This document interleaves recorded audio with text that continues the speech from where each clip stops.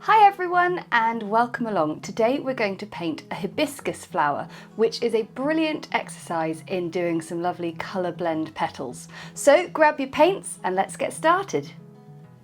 Okay, we're going to paint a hibiscus, and it's not a flower that I'm massively familiar with, but it's one that I get asked to do a lot, so I thought what a nice opportunity. So right now I'm just I'm drawing in a pencil line for a stem which forks off, and we're going to have a flower that's quite sort of from the side, and we're going to have a bit more of an open flower here. So I've got an oval and a circle to display the sort of angle in which my flower is going to be painted, and then might just have a little bud just coming up off there.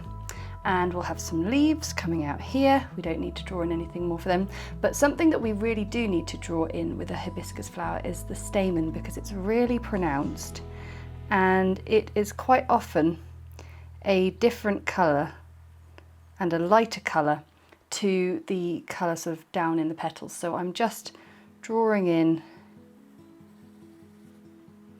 a column here, which is an area that I'm going to try and avoid painting when I paint in the petals. So a hibiscus flower is so beautiful. It's got a series of sort of 5 very sort of frilly, voluminous petals, and they've got, there's so many different varieties, it's wonderful. I'm going to have a go at doing a sort of blush colour overall, which has orange frills and a sort of deeper, darker pink centre. So I am just mixing up and waking up permanent rose here. Then we've got Alizarin Crimson, which is just a little bit deeper. And then over here I've got Cadmium Orange, and I'm just waking them up a little bit and getting them ready. In terms of brushes, I've got a size 8 and I've got a size 2 pointed round. I've got a few others in here. I think my mop brush might just be a little bit too big for our petals, because I'm not painting this flower too large.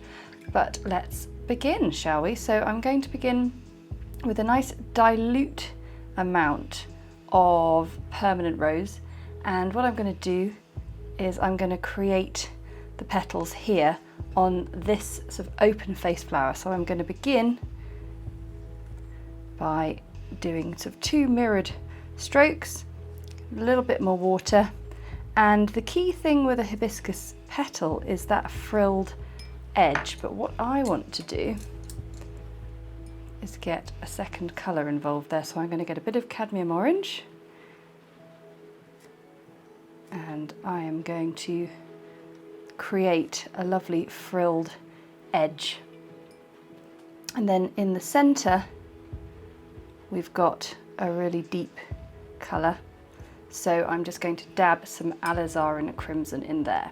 Now these petals, we want them to be lovely and defined, so what we're going to do is we're going to paint in 2 or 3 that aren't touching each other, allow them to dry fully, and then paint in the others, a bit like how I paint my anemones. So let's see, we've got 1, so we'll pop in 1 there, probably 2, 3, 4. Yep, so 1 here.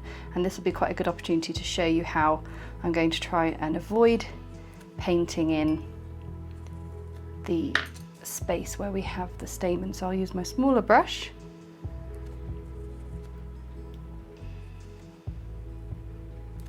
and just carefully paint around. Just see a little bit on the other side of it. A little bit more water, and then my orange,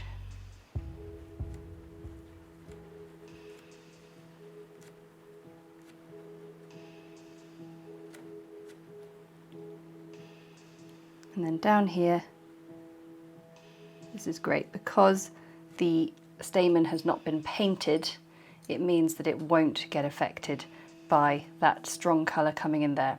So we're just going to go slowly, allowing these to dry before you paint one that overlaps with it, and then we'll have our petals ready.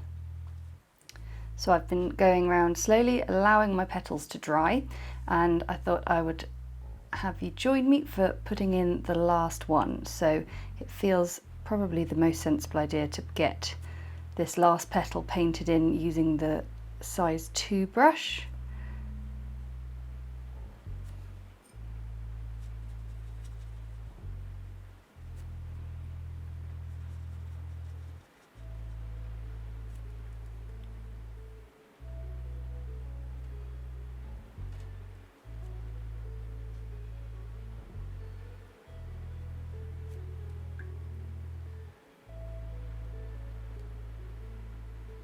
Notice how I'm just pulsing that colour and allowing it to flow in, not sort of pushing it too much. And if you want a little sort of quick tutorial on just how to get these nice smooth blends in your petals, then you should check out my Watercolour Quick Fix playlist, because it is brilliant for very quick, simple and focused little drills and tutorials.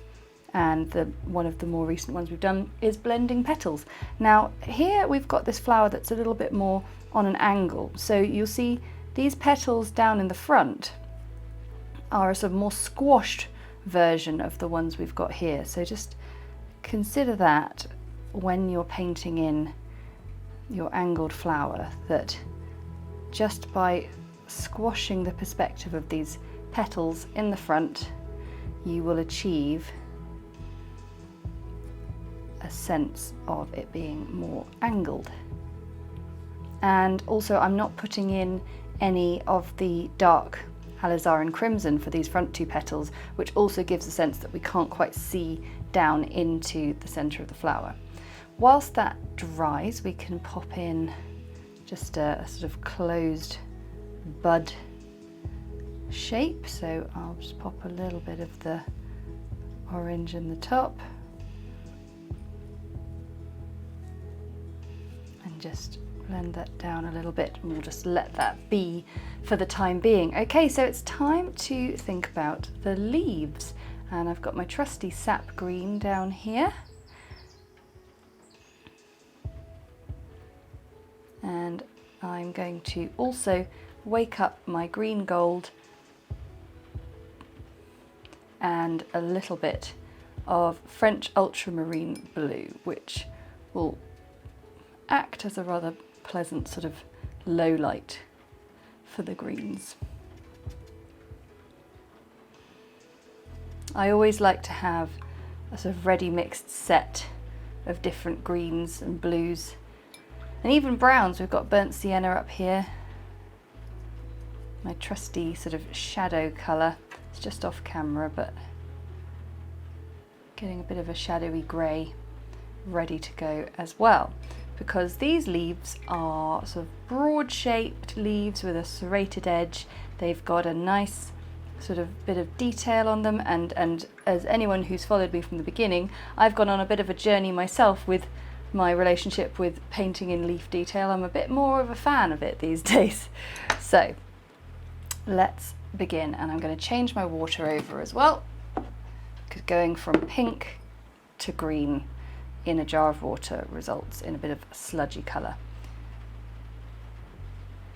So I'm going to start from the bottom, and I'm going to work my way up the stem, and I am going to place in 2 leaves here. So first I've got the line of the leaf. Now I'm going to use my size 8 brush to create the leaf itself. Now this one is going to be, we're going to just be sort of viewing it from curled up from the side, so we're just sort of seeing half the leaf. And now I've got that large amount of colour in, I'm going to sort of finesse it a little bit with my smaller brush. So these leaves are serrated, so we can just, whilst it's still wet, shape that edge as we want it. And also if we want to drop in a little bit of other colour, so I've just put in a bit of French ultramarine blue there. So I'll repeat it on this side, but this time I'm going to do a leaf that's fully open. So we're going to see both sides of it.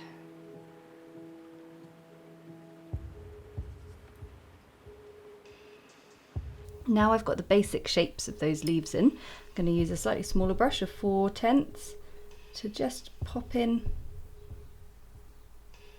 a few little sepals that sort of grow at the junctions.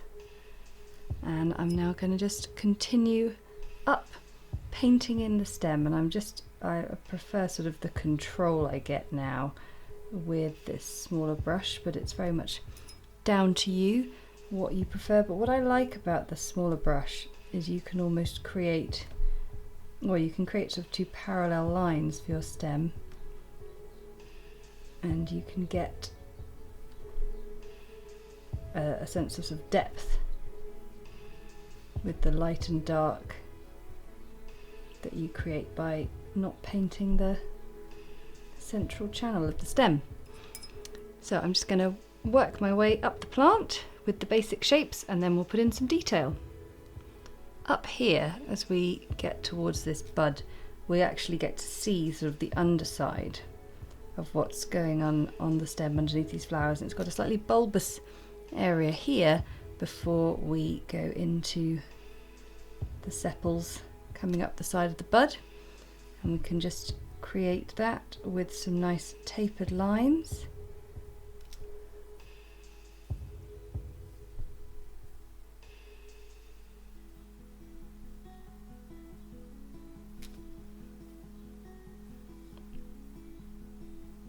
And then also some of these just little curlier sepals seem to exist in there as well. Okay, so it's time to have a look at the stamen up the centre of the plant. I'm choosing to paint mine in a sort of blended yellow, so I've got some cadmium yellow here that I'm just waking up. I'm going to begin with that as a colour. I'm going to use my smallest brush, my 4/10 again. And I'm going to sort of start halfway up. The other good thing about cadmium yellow is it's a fairly opaque yellow. So it means it does stand a chance. You can see it's just showing itself a little bit over the top of the Alizarin Crimson.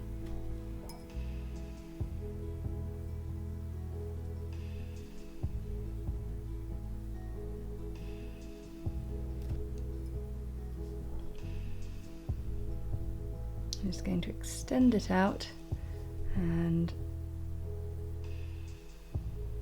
paint a few little lengthed out lines there, and now I've got some cadmium orange.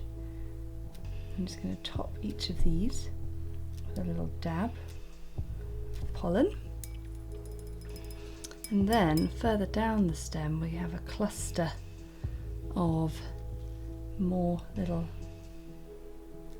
protruding little branches, which I'm not going to worry too much about.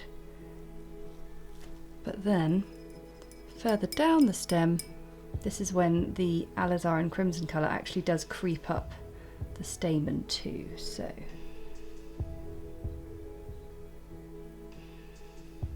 painting this in quite a concentrated colour right at the bottom here.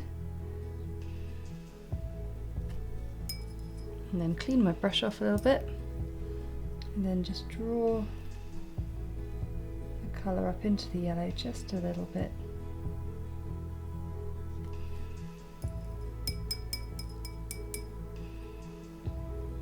And then some more cadmium orange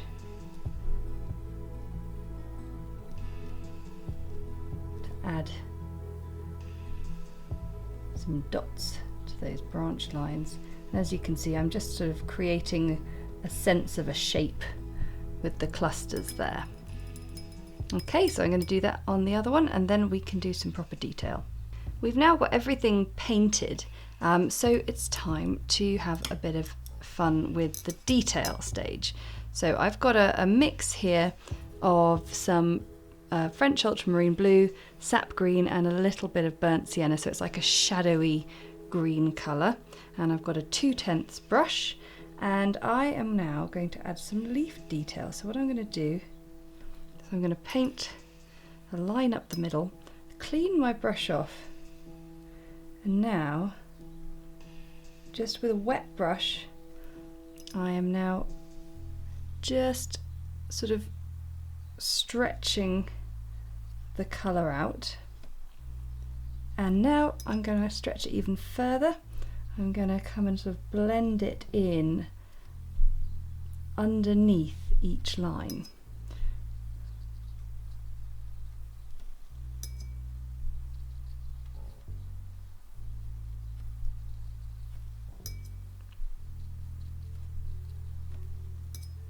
So the way I have become fond of doing leaf detail is just by taking it slowly and layering it up, and not thinking that just doing a single line without any blending will do the trick. So that is a really nice start, and we can do that for the underside of the leaf as well, just in a slightly different manner. We don't need to do the spine so much, but I'm going to paint in these lines.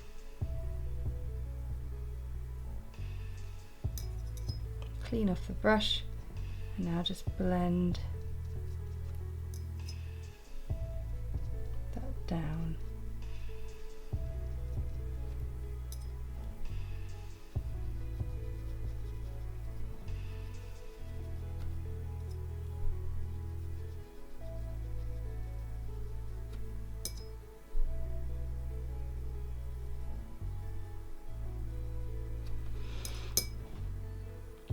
And now I'm going to just work my way sort of along the stem, using this shadowy colour to create little sort of low lights.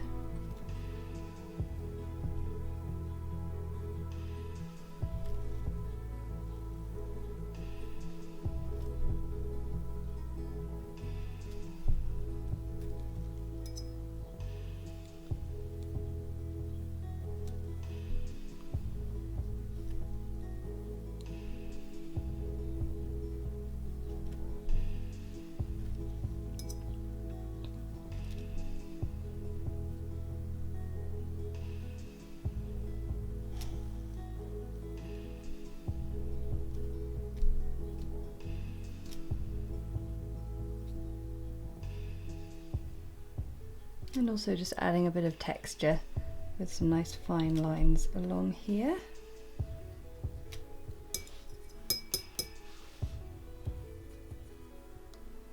And then one last bit to go into here, and I will just get even more blue on my brush, and I think I will use an even smaller brush.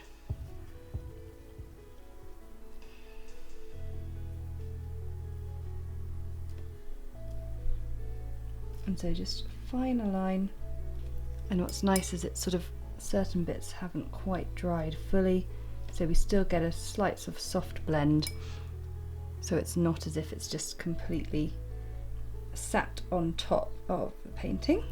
It's integrating a little bit.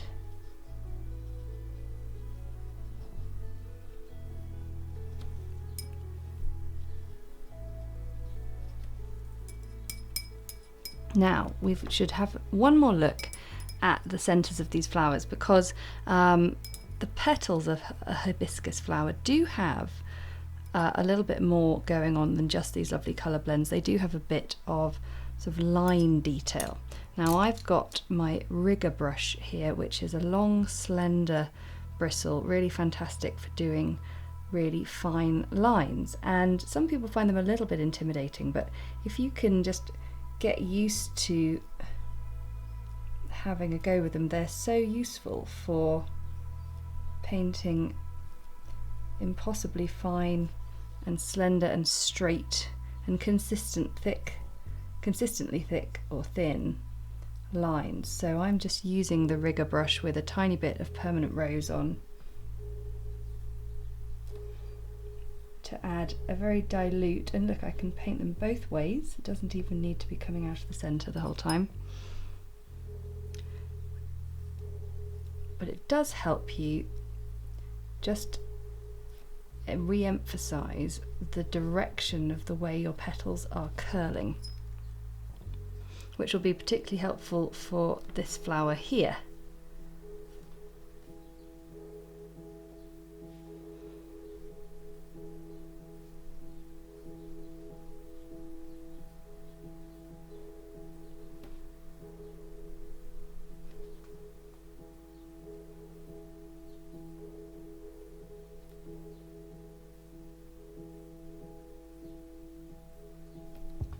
And the last thing I'll do is a little bit of shadow on the petals themselves. So I'm going to mix up some Alizarin Crimson with some shadow mix. So the blue and the brown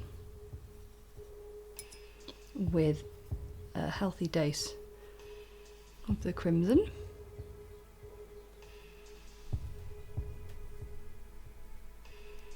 And just down in the center there, just to get the tiniest bit of extra shadow.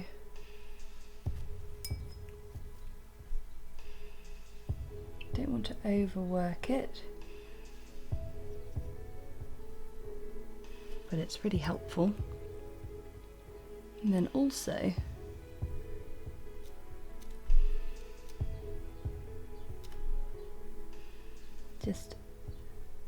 just edging the bottom half of some of these and blending that down onto the stamen.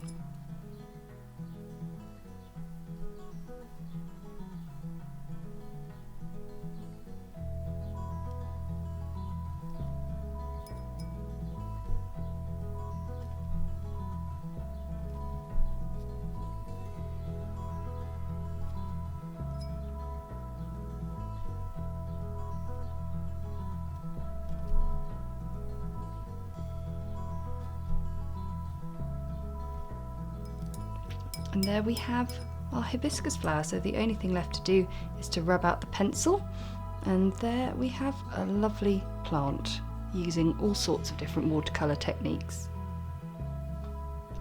Thanks so much for watching. I really hope you enjoyed that one. I want to say a massive thank you to my patrons for their support, because that support helps me create these videos that everyone can enjoy. And if you enjoyed it, then hit the like button below and comment to let me know how you're getting on. And of course, if you subscribe, then you will never miss another video. Okay, until next time, bye!